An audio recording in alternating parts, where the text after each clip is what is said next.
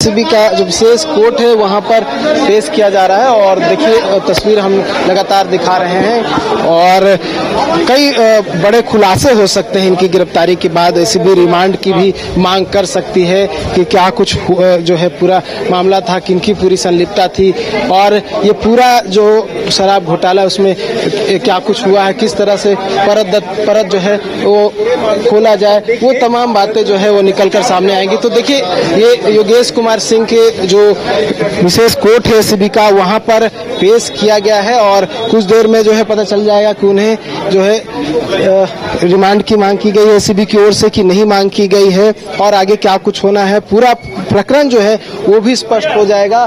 तो ये योगेश कुमार सिंह की अदालत है और ये एजेसी है, एजेसी 8 है, कम स्पेशल कोर्ट है एसीबी की, उनके अदालत में पेश किया गया है और सीधी तस्वीर आप देख सकते हैं रांची के लोअर कोर्ट के एसीबी की विशेष अदालत से जहां पर उन्हें पेश किया गया है और पेश करके अब जो है अगर बात करें तो तमाम प्रक्रिया जो है वो होगी, दोनों ओर से बातें रखी जाएगी। अगर बात करें जो विनय चौबे की बात कर ले तो विनय चौबे की ओर से बातें रखी जाएगी कि क्या कुछ जो है उनकी तरफ से आधार है, क्या कुछ जो है वो अपोज करने के लिए उनके पास है।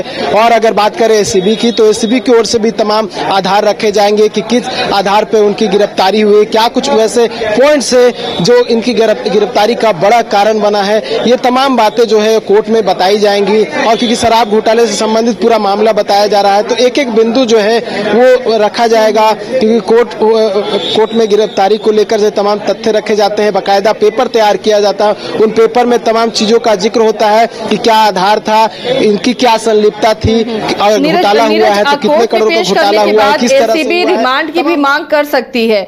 कितने दिनों की रिमांड की मांग एसीबी कर सकती है?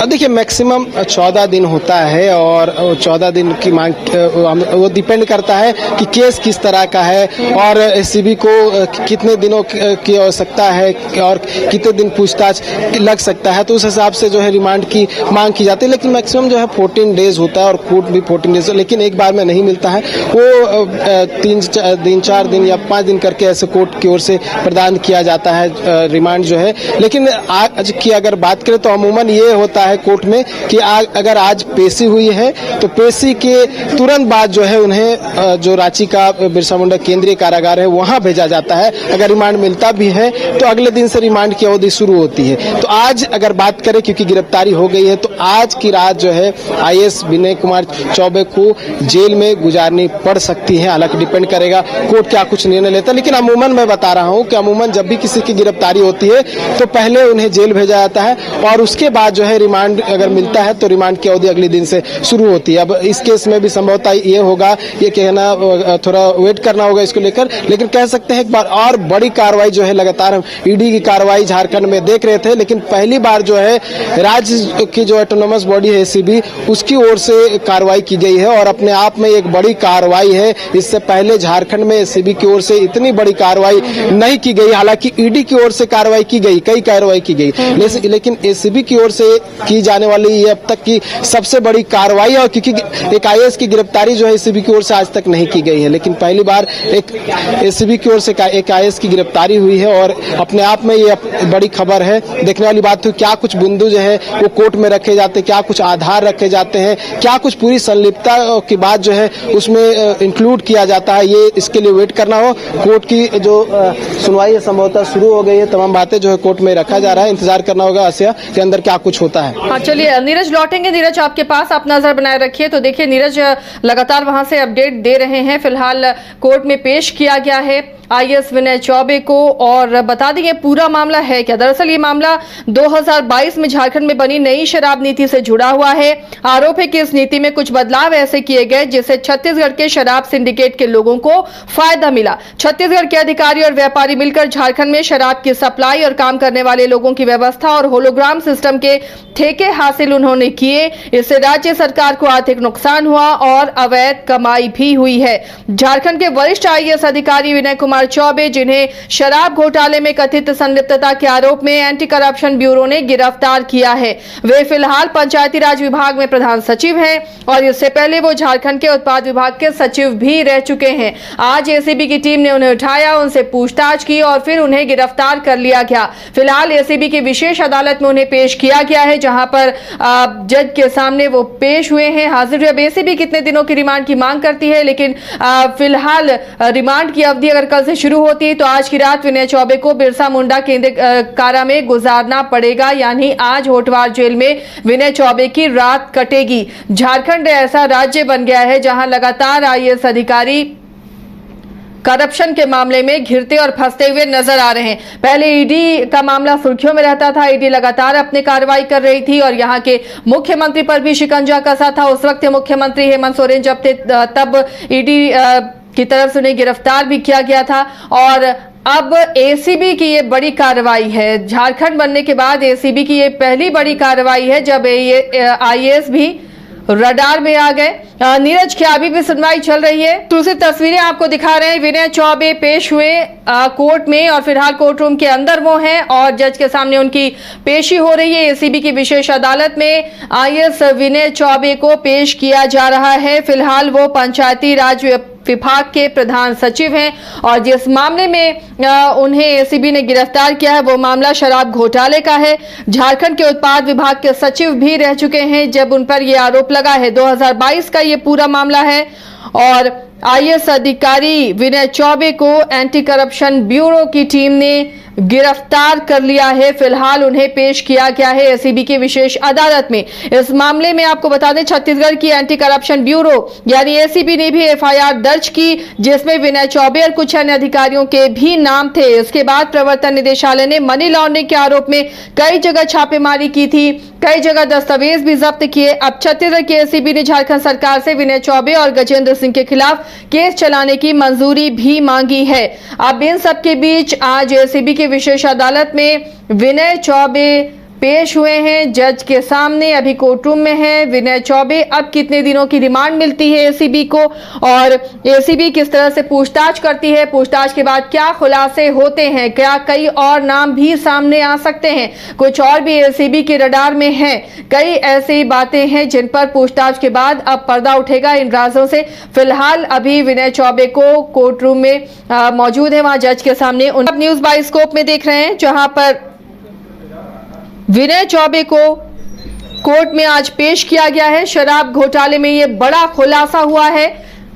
एसीबी की टीम ने उन्हें आज पूछताछ के बाद गिरफ्तार कर लिया है और फिलहाल एसीबी की विशेष अदालत में विनय चौबे को लाया गया है जहां जज के सामने उनकी पेशी हो रही है। अब एसीबी की कोशिश होगी कि ज्यादा से ज्यादा दिनों की रिमांड मिले ताकि तमाम राज को उगलवाया जा सके और तमाम जानकारियां हासिल की जा सके। शराब घोटाले से जुड़ी हुई जितनी भी जानकारियां हैं, अब उम्मीद की जा रही कि कई और नाम सामने आ सकते हैं। फिलहाल एसीबी ने विनय चौबे समेत 2 को गिरफ्तार किया है और उनकी पेशी हो रही है। अब रिमांड की बारी है, लेकिन इतना तय है कि विनय चौबे को होटवार की जेल में आज की रात गुजारनी पड़ सकती है, क्योंकि अगर एसीबी ने रिमांड पर लिया तो फिर आज की रात उन्हें जेल में गुजारनी पड़ेगी और रिमांड की अवधि कल से शुरू होती है, तो विनय चौबे के लिए ये मुश्किल बढ़ जाएगी। टीम ने शराब घोटाले मामले में आईएएस विनय चौबे को गिरफ्तार कर लिया है। ये बड़ा एक्शन एसीबी का। झारखंड शराब घोटाला कांड में हिरासत में लिए गए हैं आईएएस विनय चौबे। वरीय आईएएस अधिकारी हैं विनय चौबे और एसीबी की टीम एसीबी मुख्यालय में उनसे पूछताछ कर रही थी, जिसके बाद उन्हें गिरफ्तार कर लिया गया है और अब उन्हें कोर्ट में पेश किया गया है। उत्पाद सचिव रहते हुए अनियमितता के आरोप में ये जांच झारखंड एसीबी की ओर से की जा रही है। वहीं इस मामले में वर्तमान संयुक्त उत्पाद आयुक्त हैं गजेंद्र सिंह, उन्हें भी बुलाया गया। गजेंद्र सिंह को भी कई दस्तावेजों के साथ बुलाया गया था एसीबी के दफ्तर। आईएएस विनय चौबे फिलहाल उत्पाद विभाग के सचिव हैं और उनके कार्यकाल में ही जब वो उत्पाद विभाग के सचिव थे उस वक्त उनके कार्यकाल में ही ये घोटाला हुआ था। फिलहाल वो पंचायती राज विभाग के सचिव के पद पर कार्यरत थे।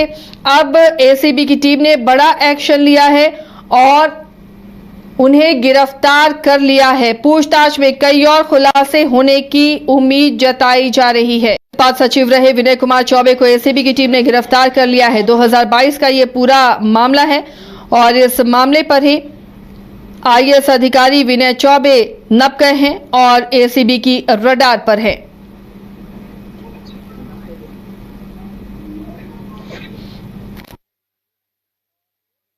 छह घंटे की पूछताछ के बाद एसीबी ने उन्हें अरेस्ट कर लिया है। शराब घोटाले मामले में ये जांच चल रही थी और आईएएस अधिकारी विनय चौबे अब एसीबी की गिरफ्त में हैं। 6 घंटे एसीबी की टीम ने पूछताछ की और पूछताछ के दौरान ही मेडिकल टीम को भी बुलाया गया था और उनकी मेडिकल जांच भी की गई कि उनकी अभी मेडिकल स्थिति क्या है और उसके बाद उन्हें गिरफ्तार कर लिया गया है और एसीबी की विशेष कोर्ट में उन्हें पेश किया गया है। फिलहाल जज के सामने हैं विनय कुमार चौबे और एसीबी की टीम अब रिमांड पर बातचीत करेगी। उनके विनय कुमार चौबे की रिमांड लेने की इजाजत मांगी जाएगी। यह पूरा मामला 31 मार्च 2022 में जो लागू हुई थी नई शराब नीति उससे जुड़ा हुआ है और उस दौरान उत्पाद विभाग के ही सचिव थे विनय कुमार चौबे, इसलिए इस पूरे घोटाले में वो आरोपी बनाए गए हैं। इस दौरान शराब नीति में बदलाव की बात चल रही थी, तब उन्होंने शराब नीति बदलने के लिए छत्तीसगढ़ के अधिकारियों से बातचीत भी की थी। बताया जा रहा है कि यह बातचीत जनवरी 2022 में रायपुर में की गई थी और इसके बाद ही मार्च में नई शराब नीति लागू हुई थी, यानी पूरी सेटिंग हुई थी कैसे शराब नीति से फायदा उठाया जा सकता है और इसमें राज्य को आर्थिक नुकसान हुआ था, राजस्व का नुकसान हुआ था और कई अधिकारी जो इस घोटाले में शामिल थे वो मालामाल हुए थे। हालांकि खबरों के मुताबिक नई शराब नीति लागू होने के 2 साल बाद तक छत्तीसगढ़ सिंडिकेट झारखंड में एक्टिव रहा। इस दौरान नकली होलोग्राम अवैध शराब की सप्लाई कर झारखंड सरकार को करोड़ों की क्षति भी पहुंचाई गई है। इस कथित घोटाले को लेकर पहले ही पूर्व उत्पाद सचिव विनय कुमार चौबे और उत्पाद विभाग के संयुक्त आयुक्त गजेंद्र सिंह के कई ठिकानों पर ईडी की टीम छापेमारी कर चुकी है। तब सभी अधिकारियों के आईफोन और अन्य दस्तावेजों को भी ईडी ने जब्त किया था। आपको बता दें कि छत्तीसगढ़ शराब घोटाले से भी कनेक्शन की बात सामने आ रही है। 2019 से 2022 के बीच छत्तीसगढ़ में शराब घोटाला हुआ था और इसमें छत्तीसगढ़ के तत्कालीन वाणिज्य और उद्योग विभाग के सचिव थे अनिल टूटेजा, छत्तीसगढ़ राज्य मार्केटिंग कॉर्पोरेशन लिमिटेड के तत्कालीन प्रबंध निदेशक अरुणपति त्रिपाठी, रायपुर के बैरन बाजार निवासी अनवर ढेबर और उनके सिंडिकेट को आरोपी बनाया गया था। इसी दौरान झारखंड में नई शराब नीति को लेकर बात चल रही थी। छत्तीसगढ़ में हुए शराब घोटाले को लेकर रांची के अरगोड़ा के रहने वाले विकास सिंह ने केस किया था। इन्होंने आरोप लगाया था कि झारखंड की नई शराब नीति में उन्हीं लोगों के हाथ में है जिन पर छत्तीसगढ़ में शराब घोटाले करने का आरोप है और इन्हीं आरोपों को आधार बनाकर झारखंड एसीबी पैरेलल जांच कर रही थी और इसी क्रम में विनय चौबे को आरोपी बनाते हुए आज पूछताछ भी की गई और जिसके बाद उन्हें गिरफ्तार किया गया। अपील करेगी और पूछताछ इस मामले में होगी। ये पूरा मामला छत्तीसगढ़ शराब घोटाले के बाद सुर्खियों में आया और जो छत्तीसगढ़ शराब घोटाले के जितने भी आरोपी थे, जब यहां से केस किया गया, विकास सिंह ने इसे केस किया गया कि इस झारखंड में जो नई शराब नीति लागू हुई है ये वही लोग एक्टिव हैं जो छत्तीसगढ़ शराब घोटाले के आरोपी थे और उसके बाद से झारखंड एसीबी की टीम इसमें जांच कर रही थी और इसी मामले में विनय चौबे को आज पूछताछ के लिए एसीबी की टीम ने पूछताछ कर रही थी और पूछताछ के बाद विनय चौबे को गिरफ्तार कर लिया गया है।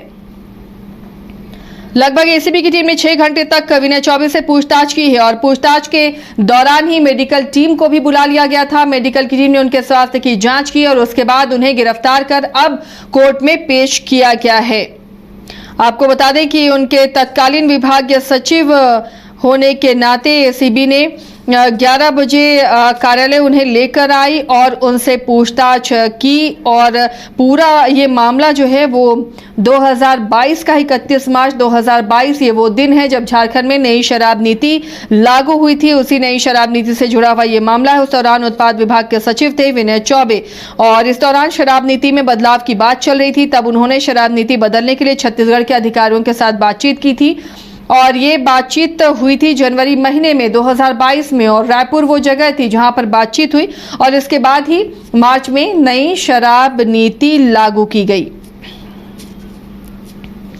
और जब झारखंड में नई शराब नीति लागू हुई इसके 2 साल बाद तक छत्तीसगढ़ का जो सिंडिकेट जो वहां घोटाले का आरोपी था वो झारखंड में एक्टिव रहा और इस दौरान राजस्व का करोड़ों का चूना लगा है। नकली होलोग्राम, अवैध शराब की सप्लाई कर झारखंड सरकार को करोड़ों की क्षति का अनुमान लगाया जा रहा है। चलिए, तो इस मामले पर हमारे सहयोगी मदन भी हमारे साथ जुड़ गए हैं। मदन, लगातार जो आईएएस अधिकारी झारखंड के हैं कभी ईडी के रडार पर आते हैं और अब एसीबी, पहली बार होगा कि एसीबी ने किसी आईएएस को इस तरह गिरफ्तार किया है झारखंड बनने के बाद से।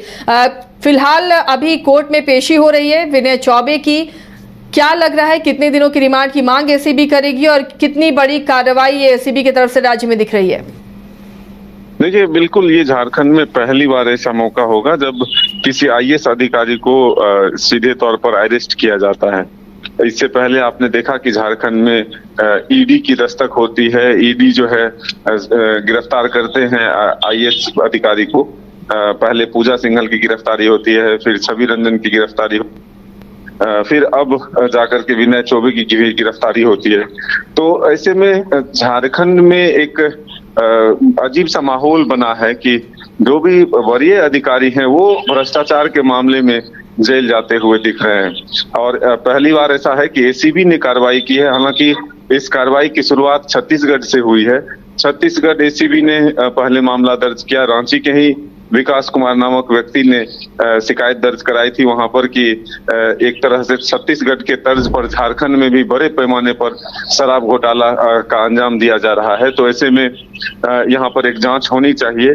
फिर छत्तीसगढ़ एसीबी ने झारखंड एसीबी से संपर्क किया और मामला दर्ज करने का आग्रह किया था।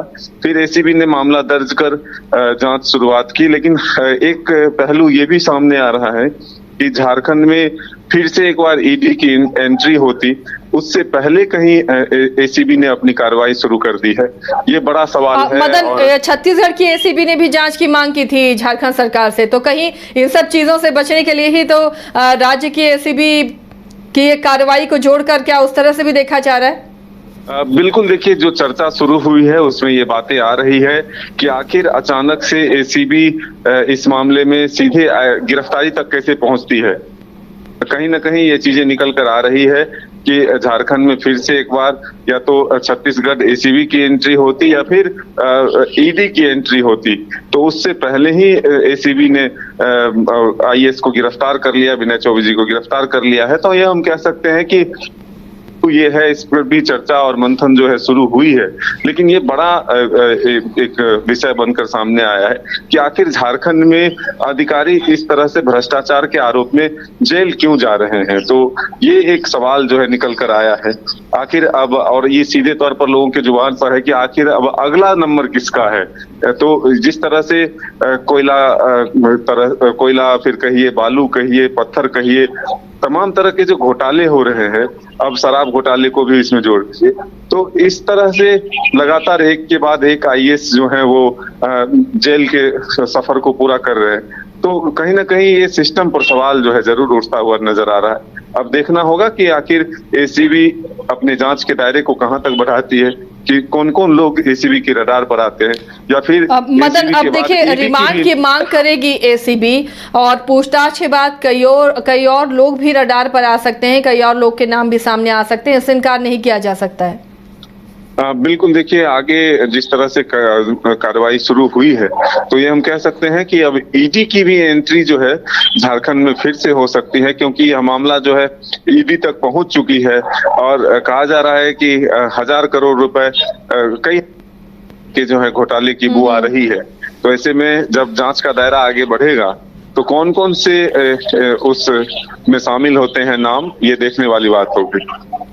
चलिए मदन, शुक्रिया इस तमाम जानकारी के लिए। फिर अपने दर्शकों को बता दें ये पूरा मामला है क्या। दरअसल आज सुबह 11 बजे ही एसीबी की टीम ने पूछताछ के लिए विनय चौबे को बुलाया था। कई घंटों की पूछताछ, लगभग 6 घंटे की पूछताछ हुई और शाम होते होते विनय चौबे को गिरफ्तार कर लिया गया। गिरफ्तारी के बाद उन्हें अब जेल भी शिफ्ट किया जाएगा। इससे पहले कोर्ट में पेश किया गया है और पूछताछ के दौरान ही मेडिकल टीम को भी बुलाया गया। मेडिकल टीम ने विनय चौबे के स्वास्थ्य की जांच की और उसके बाद उन्हें गिरफ्तार करके कोर्ट में पेश किया गया है। एसीबी की विशेष अदालत में विनय चौबे की अभी फिलहाल पेशी चल रही है और उसके बाद उन्हें जेल भेजा जाएगा। मेडिकल जांच में पूरी तरह से फिट घोषित किया गया विनय चौबे को और उसके बाद गिरफ्तारी की प्रक्रिया पूरी की गई। ये पूरा मामला जो है उसे समझने की कोशिश कीजिए। 2022 की नई शराब नीति से जुड़ा हुआ ये मामला है। ये मामला झारखंड में 2022 में जो नई शराब नीति लागू हुई थी, आरोप है कि इस नीति में कुछ बदलाव ऐसे किए गए जिससे छत्तीसगढ़ के शराब सिंडिकेट को बहुत ज्यादा फायदा हुआ है। बताया जा रहा है कि छत्तीसगढ़ के अधिकारियों और व्यापारियों ने मिलकर झारखंड में शराब की सप्लाई का ठेका, कामगारों की भी व्यवस्था, होलोग्राम सिस्टम का ठेका भी हासिल किया और इस तरह से पूरी प्रक्रिया में सरकारी राजस्व को बड़ा नुकसान हुआ और अधिकारियों ने, इस सिंडिकेट ने अवैध कमाई की। राज्य को चूना लगाकर, राज्य के राजस्व को चूना लगाकर इन अधिकारियों और सिंडिकेट ने बड़ा फायदा कमाया है। और एसीबी और ईडी की कार्रवाई कैसे कैसे कब कब हुई वो भी आपको बताते हैं। 27 सितंबर 2024 को छत्तीसगढ़ एसीबी ने इस घोटाले में एफआईआर दर्ज की थी और एफआईआर में विनय चौबे का भी नाम था, उनके साथ 7 और लोगों का भी नाम था। इसके बाद प्रवर्तन निदेशालय यानी ईडी ने मनी लॉन्ड्रिंग के तहत आईएएस अधिकारी विनय चौबे और आयुक्त रहे उस वक्त उनके कई ठिकानों पर छापेमारी किए, कई दस्तावेजों को जब्त किया। जो एफआईआर दर्ज हुआ झारखंड में वो 7 सितंबर 2024 को विकास कुमार नामक व्यक्ति ने की शिकायत पर रायपुर में ये मामला दर्ज हुआ था। रायपुर में आईपीसी की धारा 420 और 120 के तहत एफआईआर दर्ज हुआ था जिसमें झारखंड के आईएएस विनय चौबे का भी नाम था। साथ ही छत्तीसगढ़ के रिटायर्ड आईएएस अनिल टुटेजा का भी नाम इस एफआईआर में शामिल है।